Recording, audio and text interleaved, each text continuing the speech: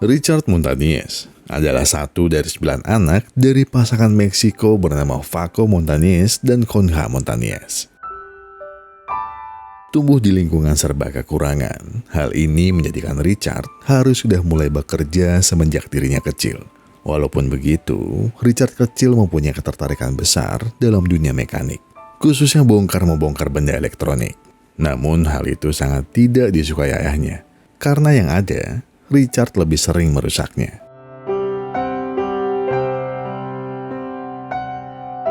Dan bukan hal baru bagi Richard ketika dirinya harus datang ke sekolah dengan muka sedikit bonyok. Di sekolah pun tidak jauh beda. Richard selalu mendapat bulian dari teman sekelasnya, hanya karena Richard berkulit coklat dan orang Meksiko. Richard tidak sendirian, ada juga Judy yang mengalami hal yang sama. Namun karena itulah, mereka berdua jadi lebih dekat. Pernah suatu hari, tanpa sengaja, Richard yang sedang dibully menawarkan bekal sekolahnya ke anak yang sering membulinya. Anak itu yang awalnya ragu, akhirnya menjadi suka karena rasanya enak. Disitulah Richard menemukan bakat lainnya, yaitu berjualan. Dengan laku kerasnya bekal Richard, dirinya jadi bisa menabung dan membelikan cemilan kesukaan pujaan hatinya. Namun di tahun itu, ketika kamu bukan anak kulit putih dan juga bukan orang Amerika, apapun yang kamu lakukan akan selalu mencurigakan di mata orang lokal. Ya, di umurnya yang masih sangat kecil, Richard sudah harus merasakan ditangkap polisi karena terlalu banyak memegang uang. Yang mana itu adalah uang hasil kerja kerasnya sendiri. Dari momen inilah, Richard percaya kalau dirinya tidak akan bisa melakukan pekerjaan halal sama sekali.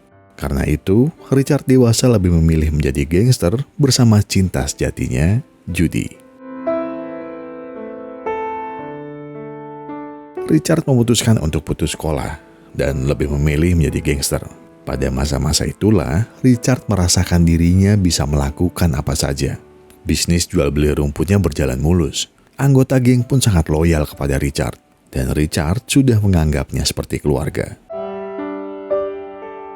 Namun dalam hidup, kita sering sekali dihadapkan dengan pilihan. Saat ini, Judy sedang mengandung anak pertama mereka. Terlihat Judy menceramai Richard kalau dirinya tidak bisa hidup seperti ini terus. Apalagi anaknya akan segera lahir. Richard harus memilih antara kehidupan bebas bersama gengnya atau Judy. Wanita yang tidak pernah ragu kalau Richard akan menjadi orang hebat. Dan tentu saja, Richard memilih keluarga kecilnya. Tapi ketika kita memilih jalan untuk menjadi lebih baik, rintangannya tidak ada yang mudah. Semenjak Richard memutuskan untuk fokus mengurus keluarga kecilnya, Richard masih belum bisa mendapatkan pekerjaan tetap karena dirinya yang tidak lulus SMA dan juga mempunyai beberapa catatan kriminal. Judy juga berusaha membantu dengan berjualan roti burritos buatan sendiri. Tapi hasilnya tidak pernah cukup untuk memenuhi kebutuhan keluarga dengan 2 orang anak yang masih sangat kecil.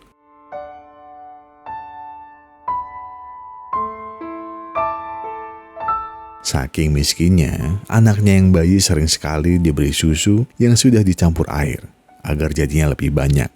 Dan jika ada sepatu yang rusak, mereka hanya mengelemnya dengan permen karet. Hal itu masih ditambah dengan diskriminasi karena mereka orang berkulit coklat.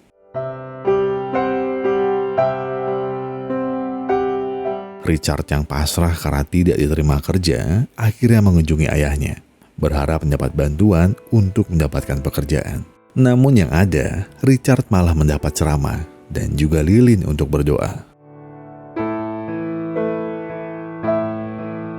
Richard yang sudah patah arang, akhirnya mendatangi gengnya dulu. Di sana Richard meminta tolong ke sahabat lamanya, Tony Romero.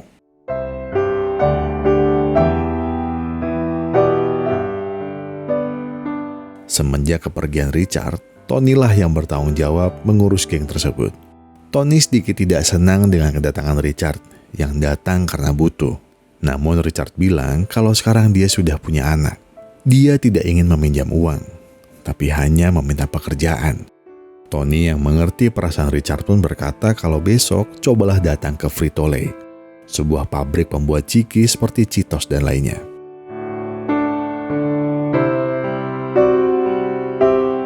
malamnya, sang istri pun menyalakan lilin doa dan mulai berdoa dengan serius. Sementara itu, Richard hanya menengok sebentar tanpa berbicara apapun. Esok harinya, Richard pun langsung datang ke pabrik dan langsung disuruh mengisi formulir pendaftaran. Namun Richard yang tidak lulus SMA kesusahan membaca tulisan di formulir itu.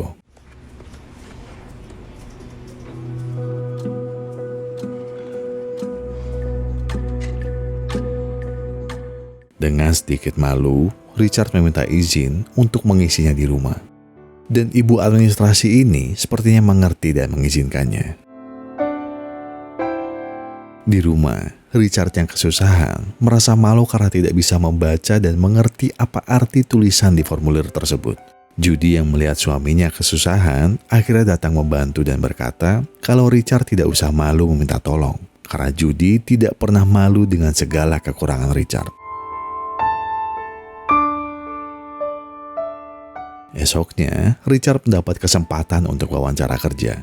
Di sana dia bertemu dengan Lonnie Mason, manajer lapangan di Frito-Lay.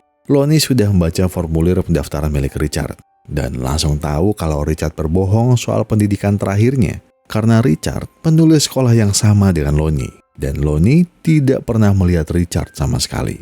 Richard pun meminta maaf dan memohon pada Lonnie untuk bisa bekerja di sana. Dan dia berjanji akan bekerja dengan keras dan sepenuh hati. Melihat keseriusan Richard pun, akhirnya Lonnie memberikan kesempatan. Saat pengenalan lingkungan kerja, Richard hanya bisa terkagum-kagum melihat mesin-mesin pembuatan Cheetos itu bekerja. Rasanya ini pertama kali dalam hidupnya dirinya merasa menjadi bagian sesuatu yang besar. Dengan rasa penasaran yang tinggi, Richard banyak bertanya tentang bagaimana mesin-mesin itu bekerja kepada karyawan lain yang bekerja di sana. Namun hanya karena seorang OB dan juga orang berkulit coklat, seringkali Richard mendapat hinaan daripada penjelasan.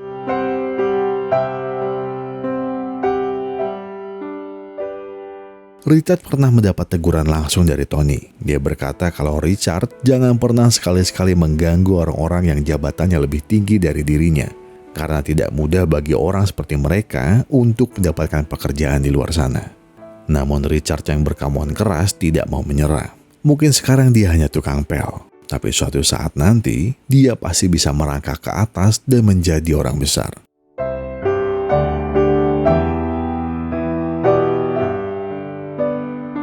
Dan esok harinya, dengan tekad yang bulat, Richard mendatangi Clarence C. Baker, satu-satunya insinyur berkulit hitam di sana.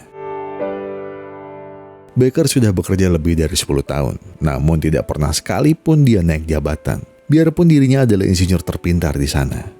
Hanya sedikit orang yang bisa mengobrol dengan Baker, karena dirinya tidak suka ditanya-tanya sama sekali. Tapi Richard percaya orang yang paling susah diajak bicara adalah orang yang tepat untuk dijadikan guru. Richard yang tidak mendapat pendidikan setingkat SMA merasa beruntung bisa belajar mekanik dari orang paling pintar di pabrik itu. Biarpun menjadi murid Baker tidaklah mudah, Richard tidak pernah mengeluh sekalipun. Dia datang lebih awal dan pulang paling malam. Karena hanya di sela-sela jam itulah dia bisa bebas mengikuti Baker tanpa harus mengganggu kerjaannya sebagai tukang pel. Namun kerja keras dan tekad yang kuat saja sepertinya tidak cukup untuk menjadi besar. Tanpa terasa, sudah 8 tahun Richard bekerja di sana. Dan hari ini, Richard masih menjadi tukang pel. Bukan karena apa-apa, saat itu pemerintah Amerika membuat kebijakan yang cukup menekan warga kelas menengah ke bawah. Hal ini berdampak kepada daya beli masyarakat yang tentunya menurun dan mengharuskan pabrik Cheetos mengurangi suplai cemilan mereka dan tentu saja mengurangi sebagian besar karyawan mereka juga. Selama masa itulah, Richard sudah berkali-kali mengajukan diri untuk menjadi operator mesin. Namun Richard tak pernah lolos sekalipun. Suatu hari, pabrik mereka kedapatan harus menonton sebuah video yang dikirim oleh CEO PepsiCo, perusahaan yang memodali Frito-Lay, tempat Richard bekerja. CEO itu bernama Roger Enrico. Di video, Enrico mengucapkan terima kasih untuk semua yang sudah bertahan sampai saat ini, dan juga maaf untuk orang-orang yang tidak beruntung yang harus pergi dari pabriknya. Enrico terpaksa melakukan itu untuk membuat pabrik tetap berjalan dan mempertahankan orang-orang yang dianggapnya kompeten. Sebelum video selesai, Enrico meminta tolong kepada semua karyawan yang melihat videonya untuk saling bekerja sama dan berpikir layaknya CEO. Sorenya setelah menjemput anaknya pulang dari sekolah, Richard jajan sebentar bersama anak-anaknya di sebuah taman. Di sana, Richard melihat semua penjual di sana menggunakan banyak bumbu untuk makanan mereka. Memang bagi orang Meksiko, rempah-rempah khususnya yang pedas sudah menjadi hal wajib untuk setiap hidangan. Dan dari situlah Richard menemukan sebuah ide cemerlang. Di pabrik, Richard mencoba meyakinkan Baker soal idenya. Richard mengatakan kalau dia ingin mencampurkan Cheetos dengan bumbu pedas. Dia merasa perusahaannya belum sepenuhnya meraba pasar orang-orang Meksiko seperti mereka. Padahal banyak sekali orang Meksiko yang tinggal di Amerika. Richard juga bilang lebih baik gagal tapi mencoba daripada pasrah tanpa mencoba. Tapi tidak semudah itu. Richard yang sedang semangat mencoba hal baru malah dipatahkan semangatnya oleh ayahnya sendiri. Sang ayah bilang kalau Richard bermimpi terlalu besar. Mimpi bagi orang seperti Richard dan ayahnya adalah hal yang berbahaya. Ada baiknya dia bekerja seperti orang normal lainnya.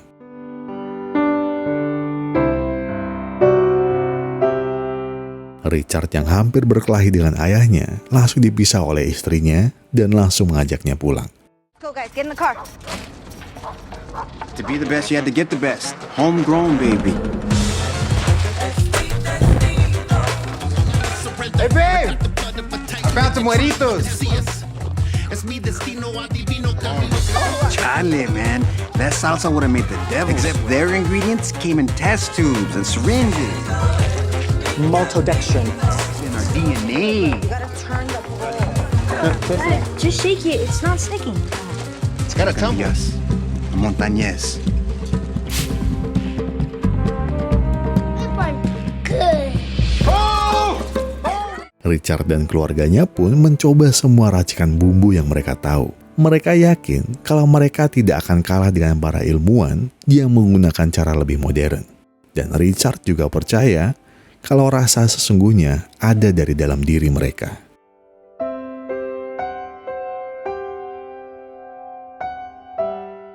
Namun perjuangan Richard belum selesai. Belum lama setelah mematenkan resepnya, dia melihat pemecatan massa lagi di pabriknya. Bahkan Tony, temannya yang mengajaknya bekerja dulu, juga harus dipecat dari pabrik. Merasa dirinya bisa mengubah itu semua, Richard pun menghampiri Lonnie untuk meminta tolong. Richard ingin Lonnie menghubungi Enrico untuk mencoba resep Cheetos barunya. Lonnie jelas saja menolak karena itu ide gila. Apalagi yang memberikan ide hanya seorang tukang pel. Tak mau berlarut-larut dalam kesedihan, Richard pun nekat masuk ke dalam kantor manajer untuk mencari nomor telepon Enrico, CEO dari Frito-Lay. Setelah itu, Richard pun mengumpulkan keberaniannya dan segera menelpon ruang kantor Enrico. Teleponnya diangkat oleh asisten Enrico. Dia bertanya siapa dan dari mana. Richard pun sempat bertele-tele untuk menutupi posisinya yang hanya seorang tukang pel.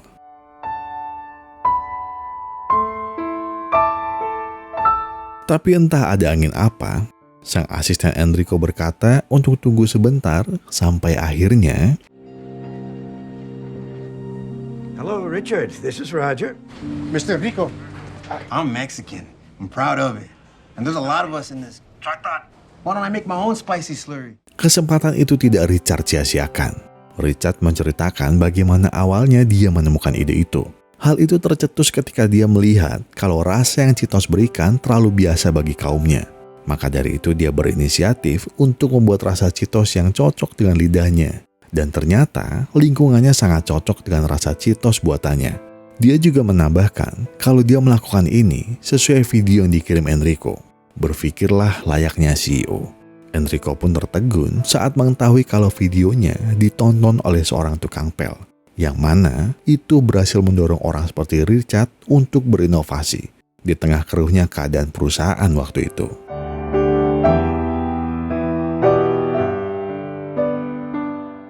Setelahnya, Richard pun bersiap mengirim sampel produknya kepada Enrico. Dan untuk pertama kalinya dalam hidupnya, Richard meminta untuk berdoa sebelum mengirim produknya itu. Dia berdoa agar produk ini bisa menyelamatkan banyak orang dan bisa menjadi berkah untuk banyak orang dan juga keluarga kecilnya. Dan benar saja, Enrico yang mencobanya langsung tertarik dengan produk Richard tersebut. Enrico langsung menelpon dan berkata kalau dirinya dan staf eksekutif akan melakukan kunjungan ke pabrik tempat Richard bekerja dan berharap Richard punya waktu untuk mempresentasikan produknya itu.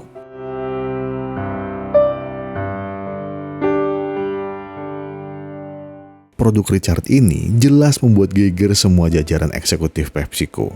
Mereka tidak percaya kalau seorang tukang pel biasa bisa berhubungan langsung dengan CEO dan membuatnya langsung terkagum. Yang mana hal itu bukanlah hal yang bagus bagi jajaran direksi eksekutif yang selama ini kesulitan untuk menemukan solusi serta ide inovatif untuk keberlangsungan perusahaan. Richard langsung dilabrak oleh Lonnie. Dia tidak percaya kalau Richard melewati semua jajaran direksi dan langsung berbicara dengan CEO-nya. Lonnie marah karena hal itu bisa membahayakan pabrik mereka, sebab ide itu keluar dari tukang pel yang tidak punya background apapun soal bisnis. Dan Lonnie menegaskan kalau besar kemungkinan para eksekutif akan menertawakan presentasi Richard dan membuat mereka berpikir kalau pabrik mereka tidak mematuhi aturan perusahaan. Dan konsekuensinya adalah penutupan seluruh aktivitas pabrik. Richard pun bingung dan bilang kalau dirinya menyesal sudah mendapat undangan dari Enrico. Istrinya pun menarik Enrico dan berkata kalau dirinya setiap hari berdoa untuk momen ini, untuk Richard. Dia percaya suaminya yang selalu diremehkan banyak orang bahkan oleh ayahnya sendiri, suatu saat nanti pasti bisa menjadi pahlawan bagi banyak orang. Dan suatu saat itu adalah momen ini. Richard pun langsung diajak istrinya untuk belajar soal bisnis dan ekonomi dari nol. Tak peduli bagaimana caranya, sang istri selalu menemani di setiap waktu Richard sedang belajar. Dan sepertinya memang benar. Jika kamu ingin melangkah lebih jauh, carilah istri seperti Judy, tegas, tangguh, dan selalu percaya kalau suaminya adalah orang terhebat dalam hidupnya.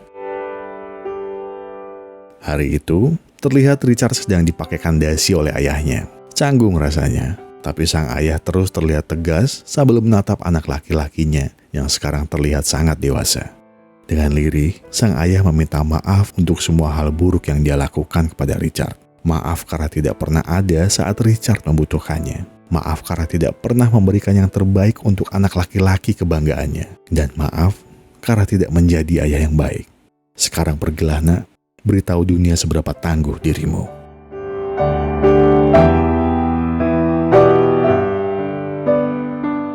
Di tempat presentasi, Richard terlihat sangat gugup dan tidak bisa menguasai ruangan.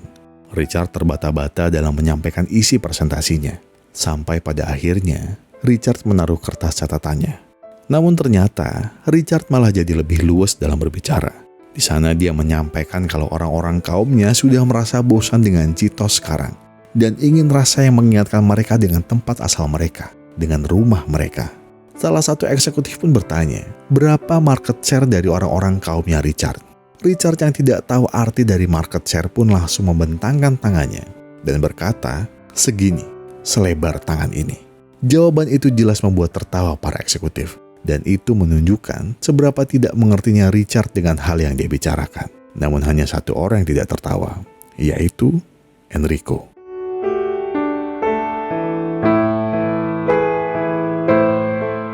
Tanpa memedulikan tertawaan mereka, Richard terus bicara kalau harusnya sebuah produk tidak hanya tentang penjualan dan keuntungan. Ada kalanya sebuah produk dibuat untuk memberikan value yang lebih kepada pembelinya. Sebuah rasa yang memang perusahaan berikan karena mengerti bagaimana perasaan dari pembelinya. Sebuah produk yang bisa menggugah perasaan mereka. Tanpa banyak bicara, Enrico berdiri dan bilang, kalau presentasi Richard harusnya bisa membuka mata para eksekutif untuk lebih mengerti tentang konsumen mereka. Tidak hanya produk dan juga keuntungan. Setelah itu, Enrico pun pamit.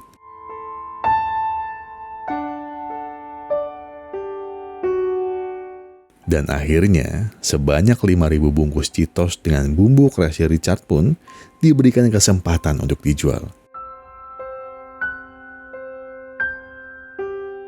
Namun seiring waktu berjalan, tidak satu pun dari produk terbaru Richard tersebut terjual.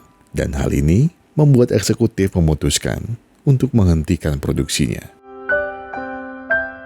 Merasa sudah melakukan semuanya, Richard pun berpikir, mungkin memang dirinya ditakdirkan untuk menjadi biasa-biasa saja. Dan mungkin ini adalah saat yang tepat untuk berhenti. Ditambah dengan listrik rumahnya yang mati, Richard pun pasrah akan apapun yang Tuhan berikan kepadanya. Namun anak tertua Richard bilang kalau ayahnya tidak boleh menyerah sekarang karena Cheetosnya bukan tidak laku, namun tidak ada orang yang tahu. Mendengar itu, Richard menyadari kalau direksi marketing tidak melakukan riset menyeluruh tentang produknya dan juga target marketnya, yaitu kaumnya Richard, alias orang-orang Latin.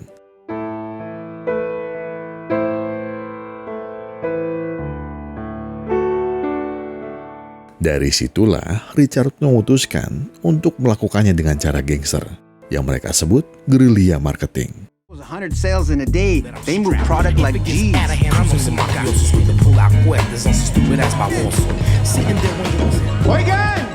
Orang-orang di pabrik jelas kaget saat melihat Richard membawa gengnya ke dalam. Richard naik ke atas mesin dan memberikan pidato. Kalau ini adalah kesempatan mereka semua untuk membuktikan kalau tidak semua omongan para eksekutif benar. Dan sekarang adalah saatnya untuk mereka bergerak sendiri demi kelangsungan hidup banyak orang. Richard pun mengumpulkan semua produk terbarunya yang ada di pabrik dan membagikannya secara gratis ke seluruh pelosok kota. Hal itu dia lakukan untuk mendapatkan feedback secara langsung dari orang-orang dan juga mendapat iklan gratis dari mulut ke mulut.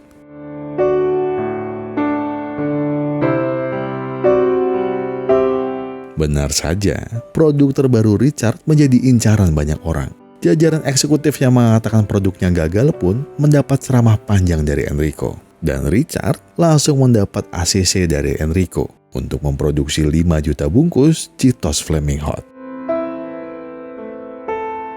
Dengan kesuksesan Cheetos Flaming Hot, pabrik tempat Richard bekerja kembali membuka banyak lowongan dan memanggil orang-orang yang pernah mereka pecat dulu. Tony pun kembali bekerja di sana. Selain itu, akhirnya Baker mendapat kenaikan jabatan menjadi kepala manajer produksi. Setelah 15 tahun, Richard pun mengucapkan selamat karena seharusnya dari lama Baker mendapatkan posisi itu. Dan Richard pun bertanya apakah ada kabar soal posisi operator mesin yang diajukannya belum lama ini. Baker hanya menggeleng sembari pergi, bersamaan dengan Looney yang memanggil Richard untuk membersihkan ruangan di lantai atas. Betapa kagetnya Richard saat melihat ada Enrico di sana. Enrico tiba-tiba bercerita soal dirinya saat kecil yang juga punya mimpi besar. Namun banyak orang yang meragukannya. Tapi waktu dan kerja keras menjawab semuanya. Dan itu menjadikan Enrico di posisinya sekarang. Tiba-tiba, Enrico memasukkan sebuah plat emas bertuliskan nama Richard, lengkap dengan sebuah jabatan, Direktur Multikultural Marketing.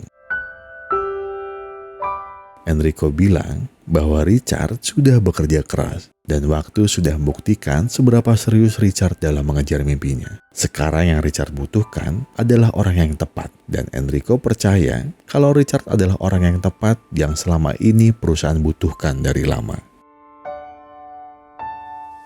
Dari bawah terdengar suara tepuk tangan sambil meneriakkan namanya. Mereka semua yang ada di pabrik mengucapkan terima kasih karena sebagian besar dari mereka bisa bekerja lagi karena inovasi Richard. Sebuah inovasi sederhana yang membantu banyak orang.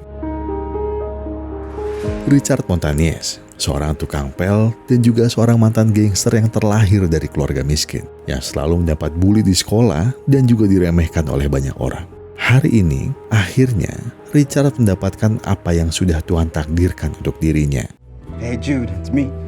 Hey, baby, what's up? Well, you see, in this world, there's no such thing as just a janitor. Richard tidak hanya menolong keluarganya, tapi dia juga menolong orang banyak. Selama menjabat sebagai direktur marketing eksekutif di PepsiCo, Richard sudah menghasilkan miliaran dolar dari produk inovasinya. Karena hal itulah, dia mendapat julukan The Godfather of Latino Marketing. Richard akhirnya pensiun di tahun 2019 setelah 42 tahun berinovasi dan memimpin. Sekarang Richard dan Judy sudah genap 48 tahun bersama dan berhasil membesarkan 3 orang anak. Dan selama itu juga, Judy tidak pernah pergi dari sisinya karena dia selalu percaya Richard memang adalah pria kebanggaannya. Kerja keras. 2 kata itu menggambarkan perjuangan tak kenal lelah untuk mencapai kehidupan yang lebih baik. Bagi kebanyakan orang, tak ada hal manis yang datang dengan sendirinya. Tak ada hal yang indah yang jatuh begitu saja. Semuanya harus diperoleh dengan kerja keras. Kerja keras merupakan satu-satunya jalan untuk mewujudkan tujuan dan menggapai keberhasilan dalam hidup. Kerja keras memang terasa tak menyenangkan. Kamu harus mendisiplinkan diri sendiri, menjaga komitmen dan tekad tetap membara. Kamu harus berjuang mengalahkan diri sendiri dan bahkan melakukan pengorbanan. Namun semua itu akan setimpal. Di ujung nanti, kamu akan merasakan semua kerja kerasmu terbayarkan. Cita-cita dan impianmu bisa kamu rengkuh dan kamu wujudkan. Bekerja keraslah dalam diam. Biarkan kesuksesanmu yang merayakannya. Tapi ingat, sukses bukanlah kunci kebahagiaan. Dan kebahagiaan adalah kunci sukses. Jadi mencintai apa yang kamu lakukan dapat membawamu pada kesuksesan. Dan memang tidak ada formula untuk sukses. Tetapi cobalah menyenangkan orang lain. Saya Gogon dan segenap tim Push Rank Epic Glory mengucapkan terima kasih sudah menonton video ini sampai habis. Dan jangan lupa kalau ada masalah atau ada yang berat, kayaknya gak ada salahnya untuk duduk sebentar terus sebatin aja dulu.